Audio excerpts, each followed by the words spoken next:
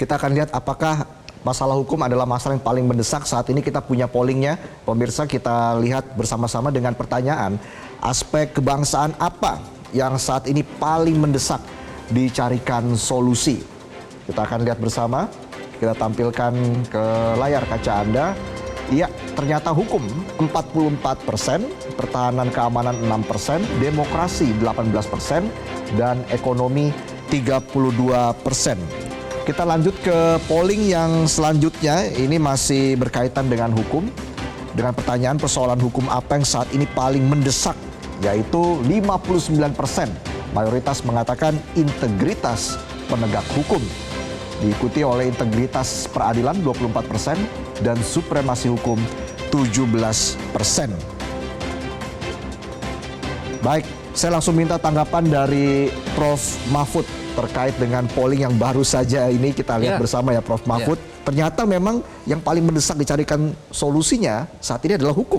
Hukum memang, karena itu yang menjadi berita. Yang saya katakan tadi bahwa hukum baik-baik saja itu kalau dalam kita bernegara. Ini kan berpemerintahan ini.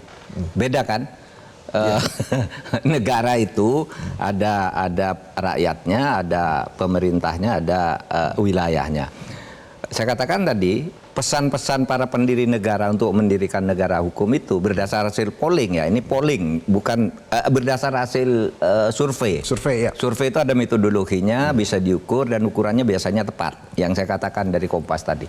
Kalau polling biasanya orang yang punya emosi tertentu dan mungkin punya aja tuh, punya kayak gini, gadget yang orang bisa pakai. Tapi memang betul sekarang. Kan tadi saya katakan ada 3 area di mana hukum itu sangat kejam terhadap rakyat di Indonesia sekarang. Satu di bidang politik, yang kedua di bidang pengelolaan sumber daya alam. Itu pencurian sumber daya alam kita tuh besar-besaran di mana-mana. Yang ketangkap sekarang itu karena apes saja. Sebenarnya saya punya data di mana-mana ada, sudah diteriakkan oleh masyarakat juga tidak diurusi gitu dengan benar, atau karena mereka banyak yang terlibat. Lalu masalah korupsi, politik. Dalam politik itu hukum menjadi apa, tidak ada hukum ada. Tetapi hukum prosedural. Nah, hukum prosedural itu artinya pasal-pasal hukum yang resmi itu dipakai untuk memenangkan kehendak orang yang berkuasa, Pak Sukidi tadi. Itu jelas gitu. Nggak bisa, semua kita melihat dan merasakan setiap hari. Tapi ketika ditanya melanggar undang-undang apa, nggak ada tuh. Ya undang-undang. Karena sekarang hukum tuh bisa dicari pasalnya. Saya ingin ini, pakai pasal ini aja. Wah ini calon ini hebat nih, gitu kan? Calonnya hebat. Ganjal aja pakai hukum. Ambil semua partai. Itu kan hukum juga. Boleh ambil semua partai, boleh kan? Oh, daripada kotak kosong kasih aja lawan satu. Enggak melanggar hukum. Tetapi itu hukum prosedural. Itulah yang saya katakan. Di Indonesia itu ada orang bilang saya mau mencari keadilan ke pengadilan. Lalu bilang enggak bisa cari keadilan di pengadilan. Kalau mau ke pengadilan tuh membeli.